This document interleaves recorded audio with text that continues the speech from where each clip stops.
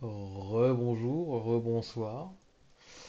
Maintenant qu'on a abordé les statistiques, et notamment les statistiques un peu pourries et complètement biaisées que j'ai faites, je suis désolé pour ça, on va pouvoir entrer dans le vif du sujet. Donc comment ça toxique? À quoi ça ressemble? Déjà, bah, je pense que vous vous en doutiez, euh, c'est au cours des repas majoritairement.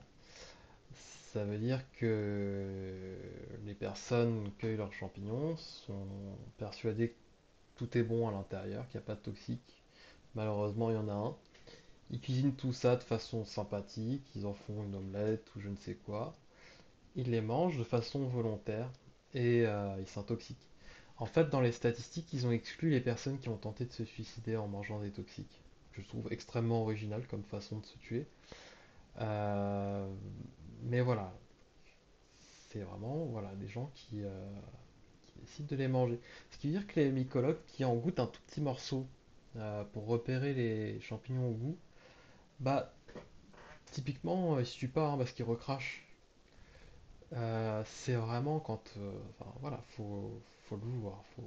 Après, il faut pas grand-chose pour se tuer, hein. Je vous ai dit, un chapeau, bah, même un demi-chapeau, un morceau de chapeau de d'amanite phalloïde peut vous tuer si vous la mangez, que vous la valez, même si elle est très cuite.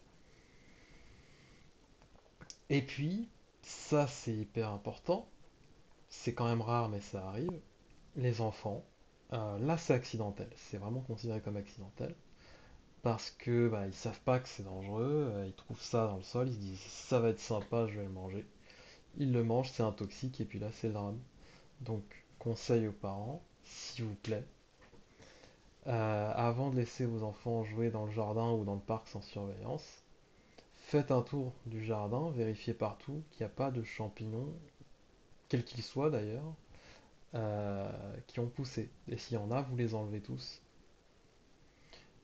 Et sachez que les champignons, ça peut pousser très vite, hein, en quelques heures, en une nuit. Donc c'est-à-dire qu'il faudra vérifier tous les jours pendant la période d'automne qu'il n'y a pas quelque chose qui est poussé. S'il vous plaît, faites-le parce que moi, c'est ce qui m'est arrivé quand j'étais petit. Je suis allé dans le jardin, il y avait des champignons qui poussaient, bah j'en ai cueilli quelques-uns, je me suis dit ça va être sympa, je vais les manger. Et je les ai mangés et j'aurais pu mourir. Heureusement, c'était des agarics tout pourris. Mais vu que je l'avais dit à personne, j'aurais très bien pu mourir dans mon coin. Surtout qu'il y a des toxiques hein, et des mortels qui poussent dans mon jardin, donc dans les jardins de tout le monde et dans les parcs, partout, ça peut pousser. Donc vraiment faites gaffe. Donc 3,3%, oui, très peu de cas d'enfants, et voilà, c'est accidentel, mais parfois, et alors bravo aux parents, quoi. Bravo aux parents qui ont donné des, ils ont fait une cueillette, ils étaient pas trop sûrs, ils l'ont donné à leur gosse, quoi. Mais quelle bonne idée. Faut pas le faire. Déjà parce que un enfant c'est quand même très très fragile. Donc il y a encore plus de chances de mourir avec une faible quantité de champignons, beaucoup plus que vous. C'est la dose qui fait le poison et ramener au poids. Et puis même pour les comestibles peuvent le rendre malade. Vous savez, s'ils sont mal conservés ou quoi, ou qu'est-ce, ça peut les rendre malades. Donc s'il vous plaît, ne donnez pas de cueillette de champignons aux enfants. Par pitié. Vous leur achetez des champignons de Paris au supermarché, vous leur donnez et ils sont contents. Bref. Bien sûr, la plupart du temps, c'est issu de la cueillette. Donc les champignons sauvages, ce sont ceux-là qui tuent. Il y a très peu de cas d'intoxication, mais quand même, c'est quand même inquiétant. Mais vous avez beaucoup moins de chances de mourir si vous faites confiance à des professionnels et que vous en mangez en restaurant, dans un bon restaurant, ou en achetez en magasin ou au marché. Faites plutôt ça, s'il vous plaît, ne les cueillez pas. Si vous les cueillez, bah c'est à vos risques et périls. Quel genre d'intoxication? Alors ça, c'est assez incroyable. Dans 90% des cas, donc c'est des intoxications pas trop graves, avec des signes digestifs et généraux. Souvent, on n'arrive jamais à identifier les champignons incriminés. Ce qui est normal, c'est très dur. Normalement, il faut prendre des photos des champignons de votre cueillette avant de les manger. Ça, faites-le, s'il vous plaît. Mais le plus souvent, c'était des bolets ou des aguerris, donc en fait, des espèces. Alors, ouais, souvent, les espèces précises, c'est pas identifiées, mais je pense qu'il y a une grande majorité d'intoxications qui ont été causées par des comestibles, des réputés comestibles, parce que bah, les gens en ont mangé trop, ou parce que ça les a juste rendus malades, parce que bah, ils les digèrent pas, ils les supportent pas, ou alors ils se sont un peu plantés et ils ont cru ramasser des très bons bolets. En fait, ils ont ramassé quelques espèces un peu toxiques. Ou alors tout simplement vous avez un toxique qui s'est glissé dans la collecte, c'est ce qui peut arriver, ce qui veut dire qu'il faut faire très attention, il faut être très prudent quand on fait la cueillette. On compartimente bien ses paniers pour éviter de tout mélanger. Et ensuite on fait le tri en identifiant tout ça encore mieux. Et puis les agarics. Mais voilà, 90% des cas, quand je vous disais que ça peut arriver avec des champignons comestibles, bah visiblement c'est ça qui est arrivé. Vous pouvez vous intoxiquer avec des réputés comestibles. 30 cas graves et 3 décès en moyenne par an. Et c'est surtout dû au syndrome phagoïdien. Donc les amanites phagoïdes et les lépiotes Bruno incarnata et autres petites lépiotes toxiques. Et autres amanites mortelles. Et aussi les syndromes sudoriens, muscariniens, qui arrivent à cause des inocides et des clitocides. Et puis des syndromes pantériens, etc., etc. Mais c'est surtout ces deux-là qui ont tué le plus de personnes. Voilà ce que ça donne en termes de symptômes. C'est majoritairement les syndromes hépatodigestifs. Donc voilà à quoi ressemble une intoxication la plupart du temps. Des vomissements, des diarrhées, des douleurs, des nausées, des maux de ventre, et un ictère, vous devenez tout jaune, vous avez une hépatite. Si ça arrive après avoir mangé les champignons, dans les heures qui suivent, ou bon là j'ai plutôt de bonnes nouvelles, ça devrait bien se passer. Ou enfin dans les heures, si ça arrive moins de 6 heures après, ça devrait aller, mais appelez un centre de antipoison. Si ça arrive plus tard, ça arrive 6 heures après ou un jour après, ou là ça peut être très très grave. Dans tous les cas, de toute façon, vous ne cherchez pas à vous autodiagnostiquer, hein. Si vous avez des symptômes digestifs ou que vous vous mettez à transpirer, que vous ne vous sentez pas bien du tout, vous avez un malaise, que vous avez de la fièvre, dans les heures ou les jours qui suivent un repas avec des champignons, vous avez des maux de tête, que vous avez mal aux muscles, que votre cœur fait n'importe quoi, que vous avez des troubles de la vision, vous voyez plus rien, vous avez des hallucinations, ouais, faut s'inquiéter.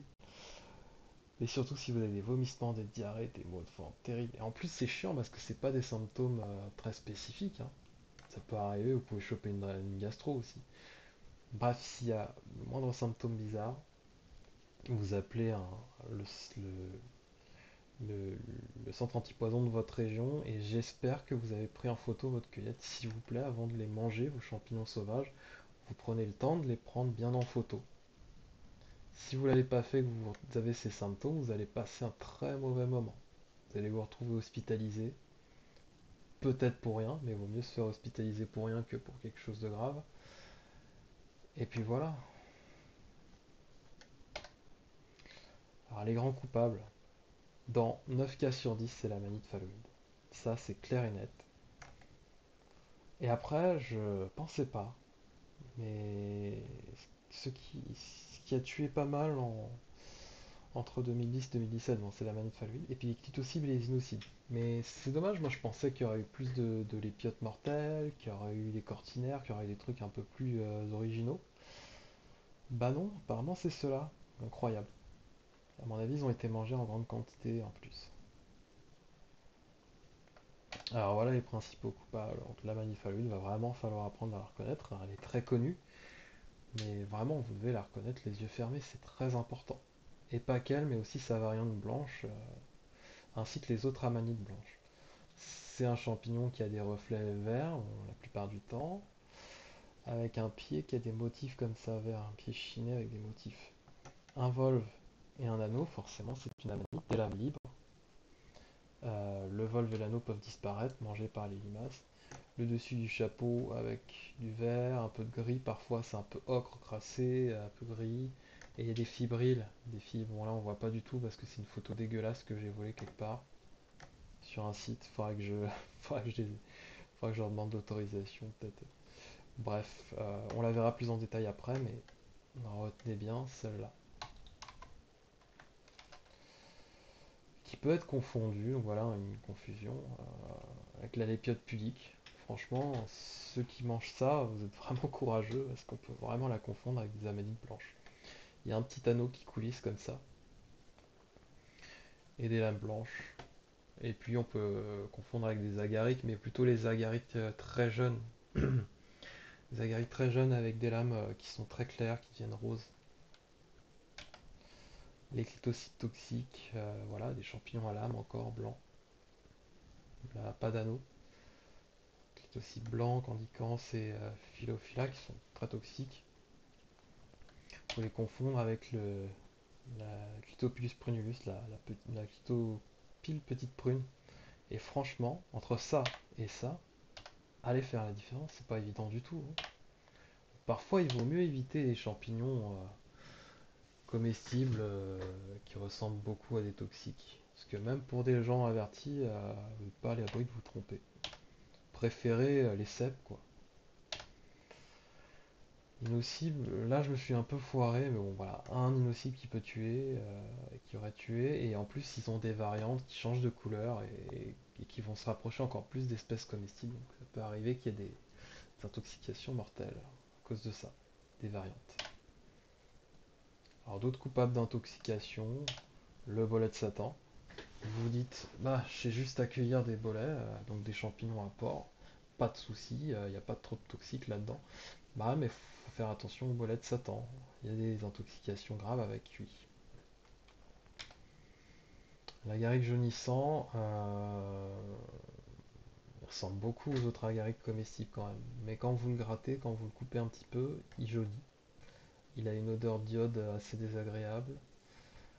Et l'anneau est très très complexe, très très épais, comme ça, très bizarre. Et le pied est bulbeux. Mais on peut le confondre et il rend malade quand on le mange, donc faut pas le manger. Antomibi, lui, il peut carrément être mortel. Clitocyte de l'olivier, donc tout cela, ils ont provoqué des intoxications graves, relativement graves, sans qu'il y ait de morts récemment, mais c'est quand même arrivé hein, qu'il y ait des morts à certains moments. Lui, je vous en avais parlé, il peut être confondu avec la girole pour parler novice. Du fait qu'on confond les labs avec les plis, parfois il y a une couleur un peu plus claire, on peut le confondre pour des sujets trop jeunes en plus. C'est pour ça qu'il ne faut pas cueillir aussi des sujets trop jeunes parce qu'on a du mal à les identifier. C'est valable pour tous les champignons. Encore quelques coupables d'intoxication, donc les lépiodes brunes, il y en a plusieurs, mais là c'est Bruneo incarnata. C'est pour ça que les gens qui cueillent les lépiotes, normalement ils essayent de cueillir des grandes lépiotes, très très grandes, comme ça ils sont sûrs de ne pas tomber sur les petites lépiotes mortelles. C'est une simplification, mais qui apparemment a l'air de fonctionner. Les amanites panthères, très beaux champignons, mais provoquent le syndrome panthérinien, très toxique, il ne faut pas les manger. L'amanite tumouche, pareil, il ne faut pas la manger, très toxique, très beaux champignons. Et là vous devez vous dire, mais qui est l'idiot qui a confondu ça avec autre chose, ou qui l'a mangé, je veux dire, ça a l'air évident que c'est toxique. Et ben en fait, quand il y a beaucoup d'orage, quand il y a beaucoup de pluie, bah, ça chasse les verrues, il devient tout lisse, tout rouge, orange, et vous pouvez le confondre avec la maladie des Césars. C'est déjà arrivé, vous avez deux personnes récemment qui sont intoxiquées avec des amanites mouches en pensant que c'était des amanites des Césars. Donc ça peut arriver. Et enfin, petite ouverture sur l'avenir,